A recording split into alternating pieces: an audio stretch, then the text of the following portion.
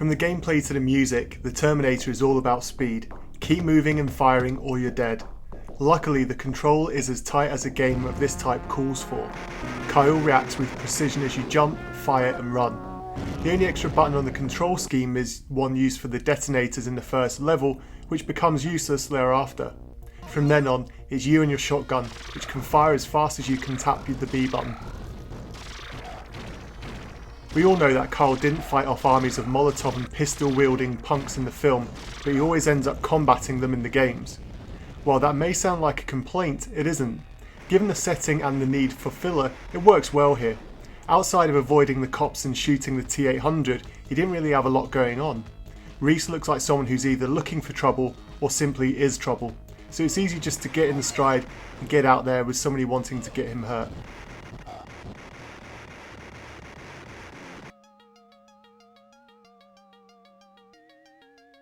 Excluding taking out cops and punks, the game pretty much follows the movie to a T, with digitised stills from the movie between levels.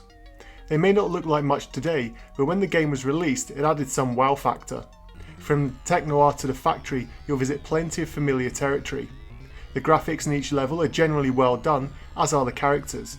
The artist did a great job of making the Terminator and Sarah look very much like their real life counterparts.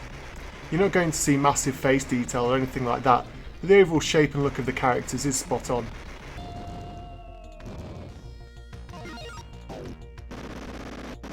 There's really only a few issues with the game, some of which may not bother most people. The two biggest problems are a bit of a double whammy. Firstly, you've only got one life, which you need to make it through the entire game.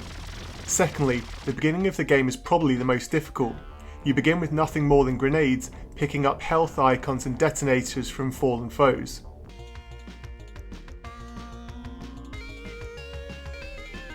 All you've got to fight off hunter-killers and hordes of Terminators for about the first half of the level are the grenades, which gets frustrating when you're stuck at the floor and you have to blow up the detonators and the previously empty screen is now full of gun-toting cyborgs.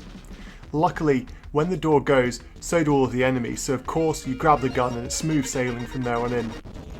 The sound effects aren't what I'd call stellar. They do the job okay, but you get the grainy digitised grunts like those in Street Fighter 2 and the shotgun sounds like a revolver. Still, that's a minor complaint. Nothing is actually annoying.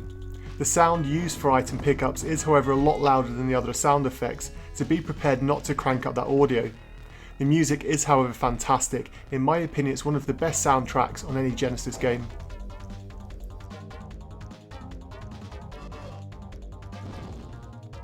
The length of the game may bug some people, and I know that it would have sent me into rage if I'd have blown £30 of birthday money on it back in 1992. I love the Terminator and I do enjoy the game, but unless you're a major fan, you're not going to be replaying this as much as something like Contra. I can complete the game from start to finish in under 10 minutes, and once completed you'll find it hard to go back and play it again.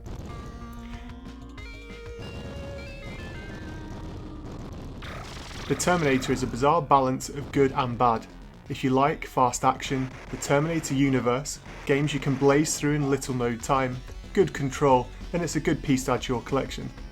If you're turned off by low difficulty, short games and a lack of replayability, then perhaps you should check into the longer, far more difficult Sega CD version.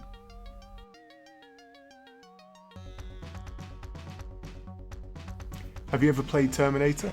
This is one of my favourite all-time Genesis games regardless of its flaws. Let me know your thoughts of it in the comments below, and until next time.